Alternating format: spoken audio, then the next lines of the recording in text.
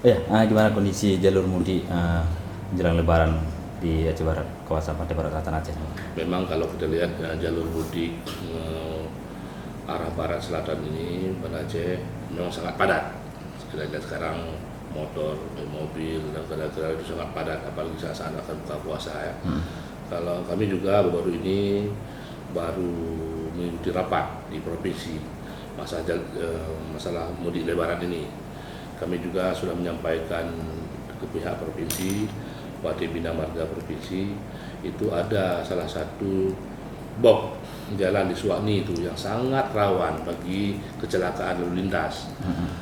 Karena di daerah tersebut jalannya lurus, tiba-tiba ada box yang patah. Ya. Itulah kami harapkan kepada yang akan mudik Lebaran ini sangat harus hati-hati di daerah Suwani lewat Galon. Kalau dari sini, dari arah Melabu itu lewat Galon, ada box yang sudah patah. Kalau kita dengan kencang Honda, Nggak terlihat, Pak. tidak terlihat akan bisa jatuh. Apa antisipasinya untuk? Memang sudah saya laporkan ke provinsi kemarin itu, ada ditambah sedikit ya. Dan kita harapkan pada tahun ini atau tahun depan box itu segera dibuatlah oleh Bina Marga Banda Aceh, itu ada tanggung jawab mereka, saya kira. Tapi untuk para pengendara bahwa tahu di situ ada box atau tidaknya, apa yang rambu-rambu kah atau pemasangan? Ya, kami dari mungkin itu udah berapa bulan ya, udah sekitar lebih bulan 6 bulan yang lalu jembatan itu box itu jatuh ke bawah. Kami sudah membuat rambu-rambu, meletakkan rambu-rambu, tapi ternyata 2 hari 3 hari rambu-rambunya hilang. Ya. Tapi kami harapkan tolonglah sama-sama kita warga Aceh Barat ini demi keselamatan kita jaga kalau ada rambu-rambu. Tapi sekarang masih ada juga rambu-rambu itu kami ikat di sebelah kiri dan sebelah kanan itu, hati-hati ada jalan rusak. Ya. Inilah kita harapkan kepada warga Aceh Barat ini, kalau ada rambu-rambu di jalan tolong sama-sama kita jaga demi kepentingan keamanan kita bersama. Ya, petugas sendiri apakah akan ditempatkan di tempat-tempat rawan seperti itu? Ya, memang dalam Lebaran ini kan ada pos Lebaran, apa istilahnya, gabungan, pos gabungan itu dari polisi juga, kita ada bersama polisi juga, kita di terminal juga ada posko Lebaran, posko mudik Lebaran itu.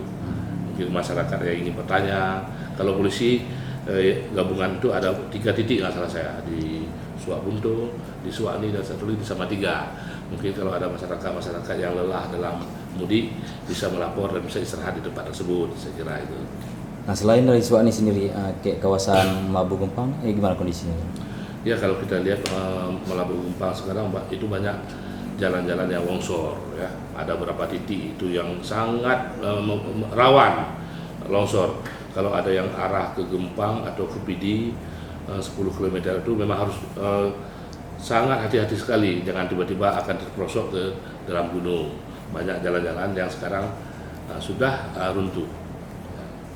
Untuk penanganan jangka pendeknya apa yang apakah ditempatkan tim di sana atau juga mungkin dalam dua hari ini saya sudah bicarakan sama sekretaris, nanti kami akan jalan sampai ke Sungai Mas atau Gempang, melihat titik-titik yang longsor. Kalau bisa nanti kita buat apa rambu-rambu, apa pita-pita yang warna merah, ada di situ, hati-hati. Nah, nanti mungkin dalam 2 hari ini kami akan ke sana itu, melihat titik-titik yang sangat rawan.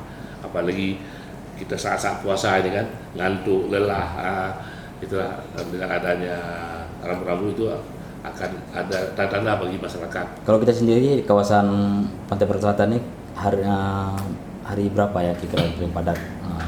Itulah H-7 itu nggak salah ya, udah mulai padat itu ya, udah mulai padat, dan juga sesudah Lebarannya 7 hari Lebaran itu juga sangat padat. Disitulah kita sangat berhati-hati, kita sangat waspada, dan juga kita akan standby sama-sama bersama pihak-pihak bersama anggota yang lengkap nanti, ada polisi, ada jasa raja, ada dari kesehatannya, ada standby di tempat. Oh ya, ini di Pelabuhan Jeti kan ada juga pemudik untuk kawasan Pulau Semelu ya, katanya sebulan sekali. Nah, kondisi pelabuhan sendiri sekarang kan udah terlalu parah. Apa dari pemerintah sendiri udah sejauh mana udah tindak lanjutnya? Iya, itu kan ada di dalam MOU, kita ada MOU tentang mengelola Pelabuhan Jeti itu. Kalau sisi darat itu ada yang kita kelola oleh perhubungan. Sementara sisi lautnya pelabuhan itu sudah diserahkan oleh Pelindo. Ya. Di dalam MOU tersebut dulu disebutkan bahwa kalau ada kerusakan pelabuhan itu tanggung jawab Pelindo. Ini juga sebenarnya kami sudah berapa kali surati Pelindo, dan bahkan teguran sudah 2 kali kami berikan kepada Pelindo untuk segera dibangun. Saya sudah panggil kepala Pelindo, sampai kami juga dengan anggota DPRK Pak Ramli sudah ke Medan kemarin itu jumpa pimpinan Pelindo di Medan. Tidak ada respon. Tapi sebenarnya katanya bahwa proyek itu kemarin sudah dilelang, tapi sesudah kontraktor itu melihat, mereka lari, nggak jadi, maka sekarang sudah dihitung kembali. Nanti coba Bapak juga jumpai pimpinan Pelindo, tanyakan sebenarnya kapan dibuat itu, harus segera, karena itu daerah punya masyarakat juga. Ini paling kita lihat sekarang batu bara sangat bercecer di situ, kan kasihan masyarakat. Itu tanggung jawab Pelindo, bagaimana cara Pelindo dengan sekarang yang membawa batu bara ke PLTU, janganlah bertumpah ke laut batu baranya itu. Nah itu kalau masalah pelabuhan, saya kira itu adalah tanggung jawab Pelindo. Nanti bisa segera hubungi Pak Rasmun, pimpinan Pelindo di sini. Saya kira itu. Oke, ini kan kami lihat juga tadi kami pantau ada jembatan yang baru dibangun, yang udah mulai rusak. Mungkin dari sini ada akan ditempatkan apa untuk pemantauan, jangan sampai mereka terperosok dalam lubang di jembatan JMPS.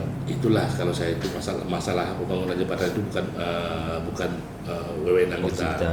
Nanti coba dari pihak Metro TV ini menjumpai saja dengan Bidang Marga, kan Pak Oscar, coba tanyakan nanti gimana. Ini karena jembatannya baru kan, coba nanti itu kan. Tapi tim akan tetap mantau ya. Kita akan pantau. Nanti kalau makin parah kita juga bisa meletakkan rambu-rambu di situ kan, bagaimana jalan keluar yang baiknya, karena sangat padat dalam menghadapi Lebaran ini. Oke, Pak. Oke. Masih